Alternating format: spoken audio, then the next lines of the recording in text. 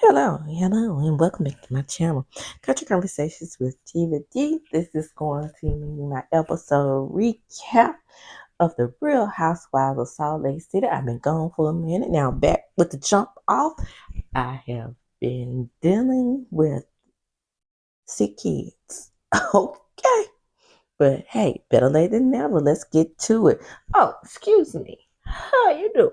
In honor of Mother Wendy. So the episode opens up and they are still in Bermuda. Heather and Monica go for a while. Monica tells Heather that she apologizes to her about bringing up the sex conversation because she now understands that Heather has some reservations about talking about her sex life.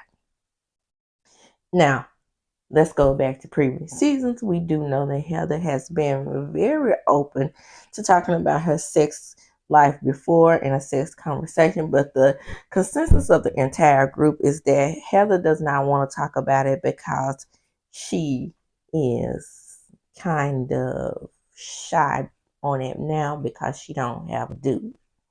I don't know if it's that. She might be regressing a little bit. That's what it seems like that Heather always does. She somehow regresses back to childhood, regresses back into that little girl who was in the Mormon faith and couldn't really do anything. So now that she's coming out of it, she kind of vacillates back and forth between that life and between her new life. It's gonna happen, people. And while it may get on the audience's nerves, that's just the way it is.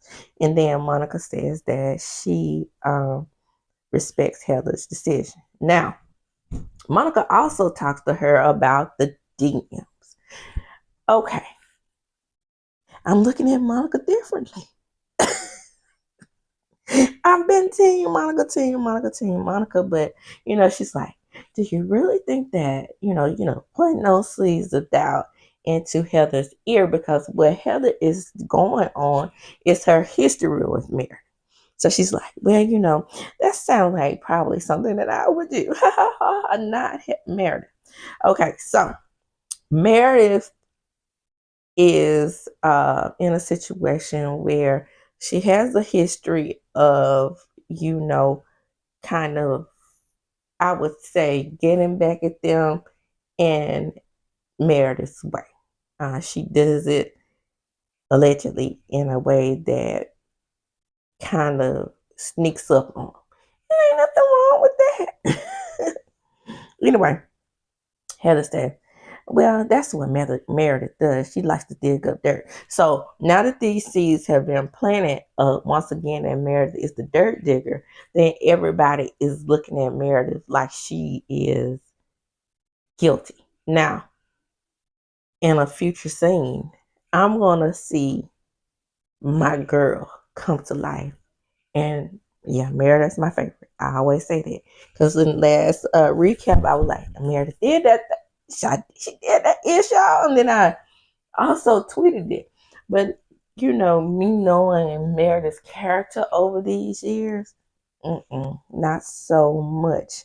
I mean, what does she really have to gain by digging up dirt on Angie K? Who is Angie K? A new cast member that always wanted to be cast on the show, and she is boring as up. Okay.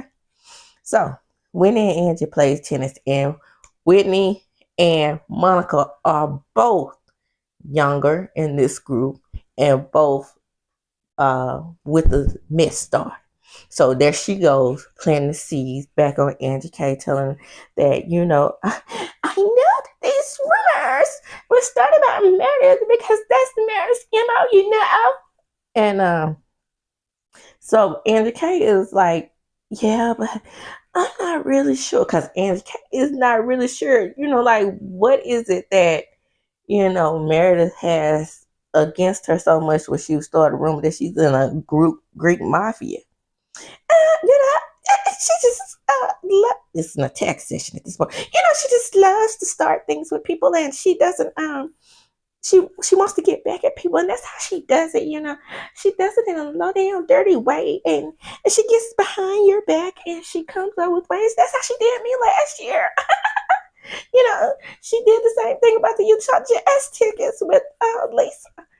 And then everybody can get mad at the other person because now she wants people to be mad at Monica Ivory. Monica.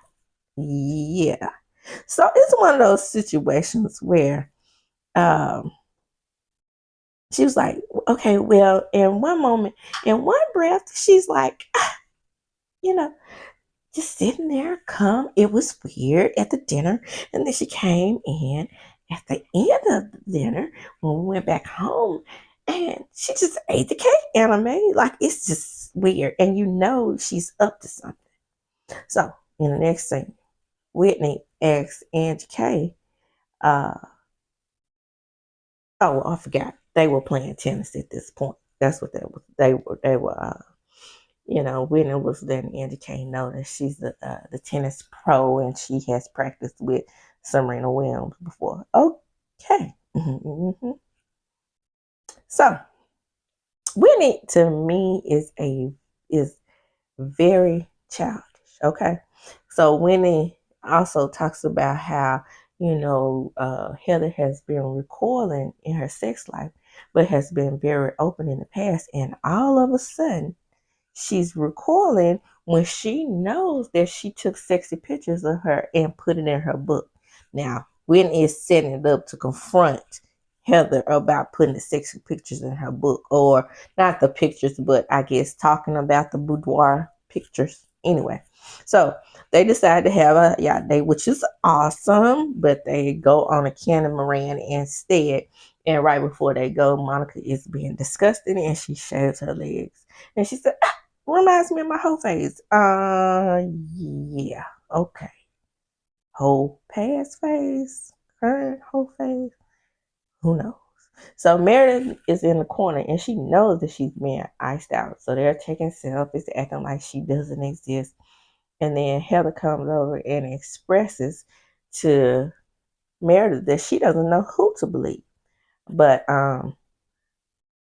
Meredith says, no, it was Monica who came to me with the bullshit. And this is when I start to doubt Monica, right here.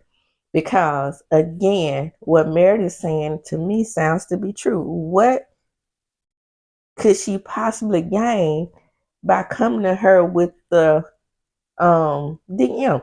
Because when they went out to dinner, it was Monica who kept bringing, when they showed the flashback, okay?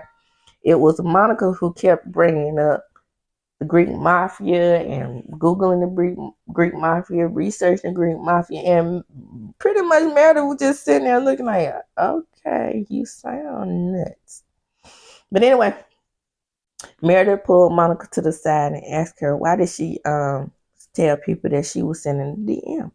Monica told her that, come on, you know you're lying.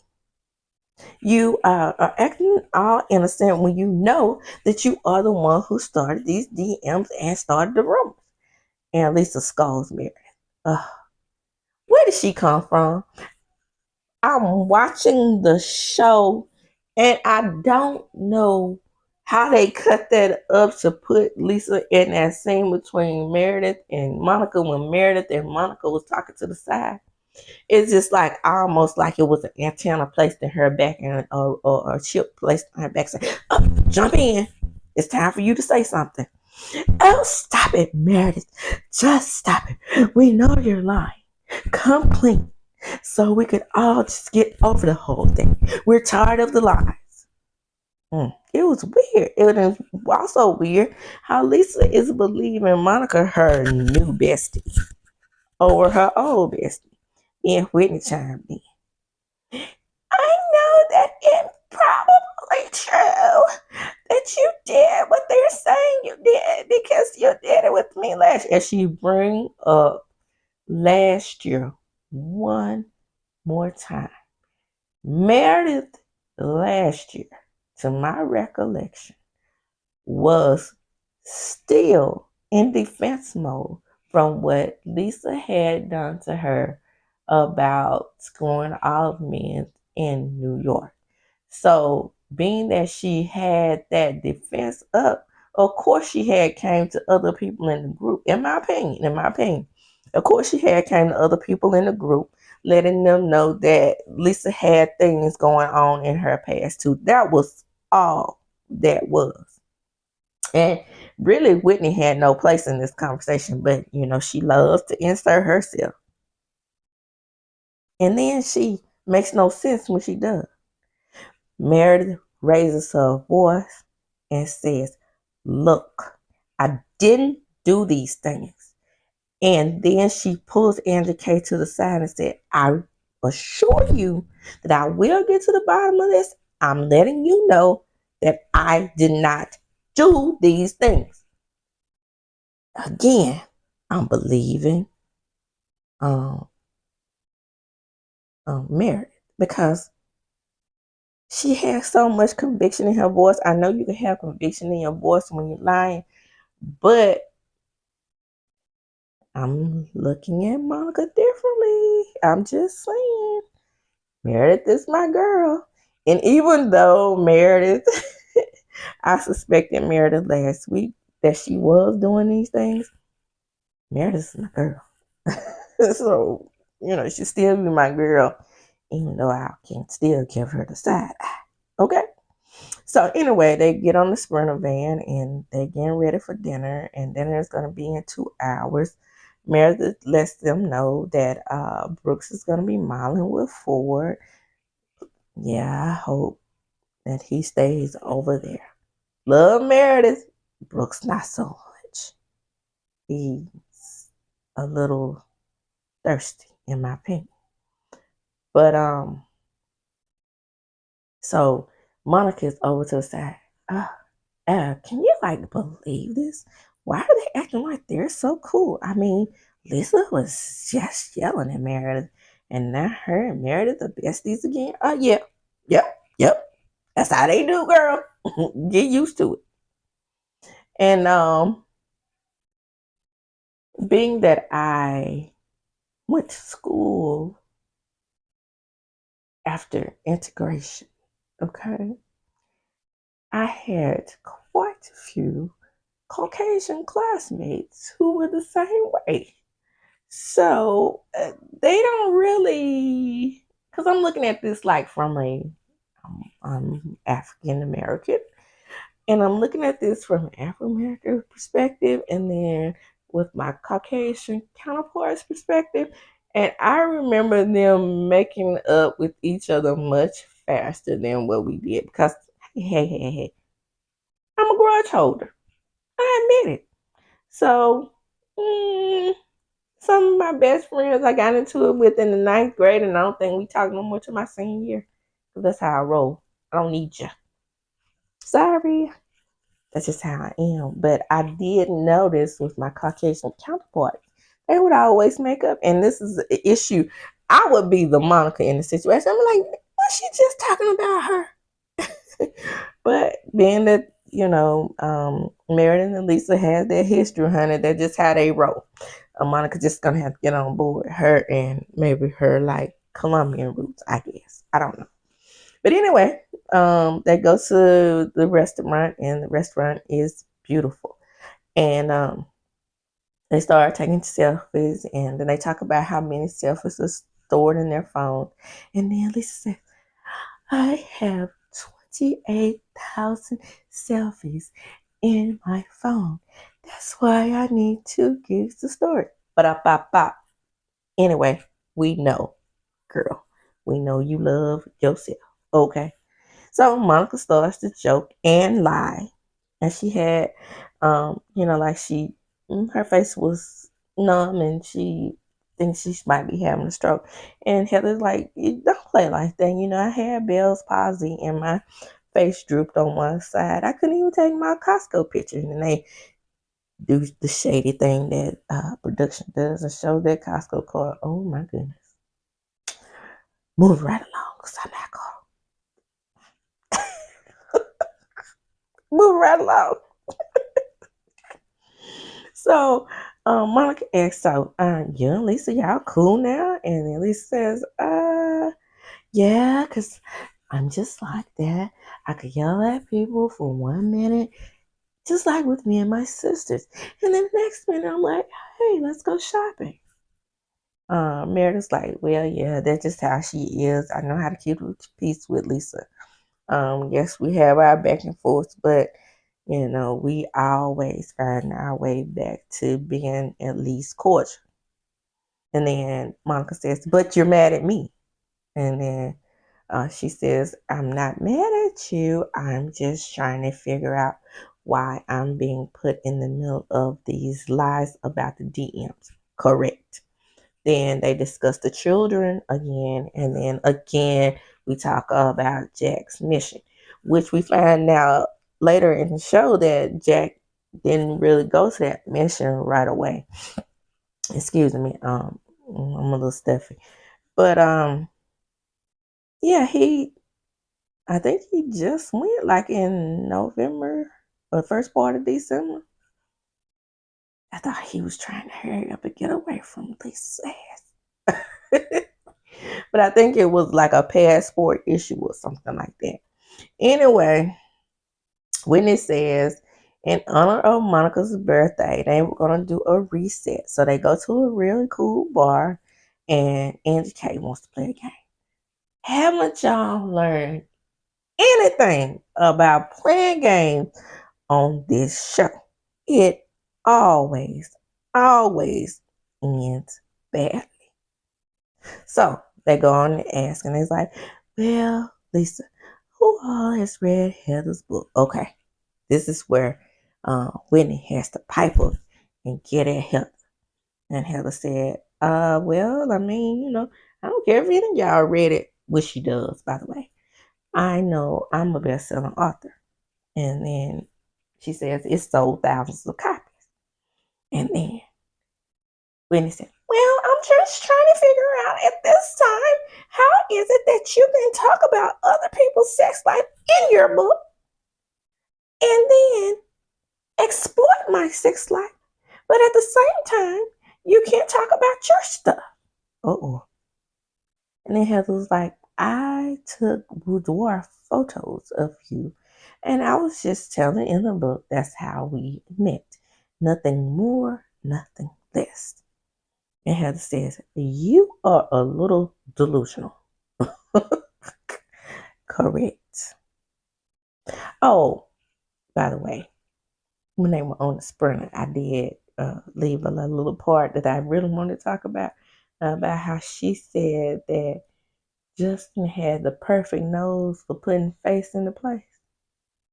What is the perfect nose for putting face into place? I just thought it may have been like, tongue skills, not so much nose. But hey, that's neither here nor there. That's just something that made me go back to the boudoir. And so she thought about how, Justin had got fired for them doing a little sexy shots before. So apparently, Whitney likes to spice things up by doing little sexy shots. Apparently, it didn't work that time when Justin got fired. However, she is still holding something against Heather. I think production induced as well. But she's like, well, that doesn't make you a best-selling author because you're exploring our sex lives in your book. Now, all of a sudden, you don't want to talk about yours. So Heather says, you're idiot. And she gets up to leave. Whitney runs up behind. Yes. You talked about my vagina. You bring up my vagina in your book. You exploited my sex life. And then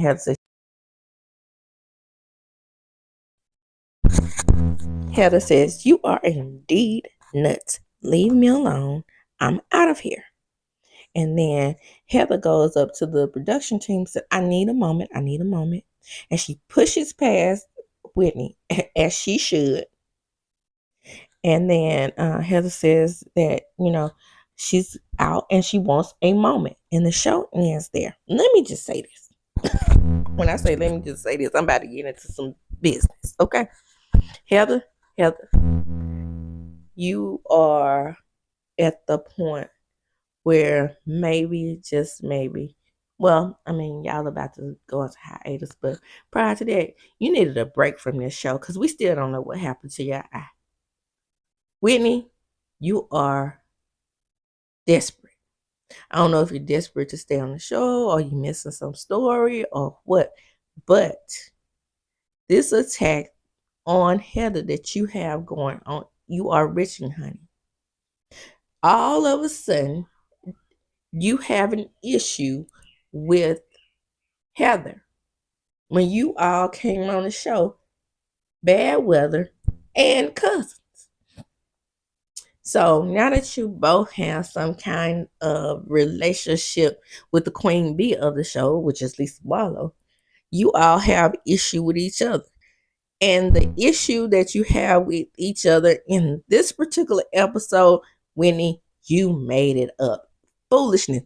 You cannot tell me for one hot turban second that you didn't know that you were in the book being talked about the boudoir photos, and you probably didn't have an issue with it until this particular episode because you had to figure out something to talk about. And I said what I said. I'm going to close there.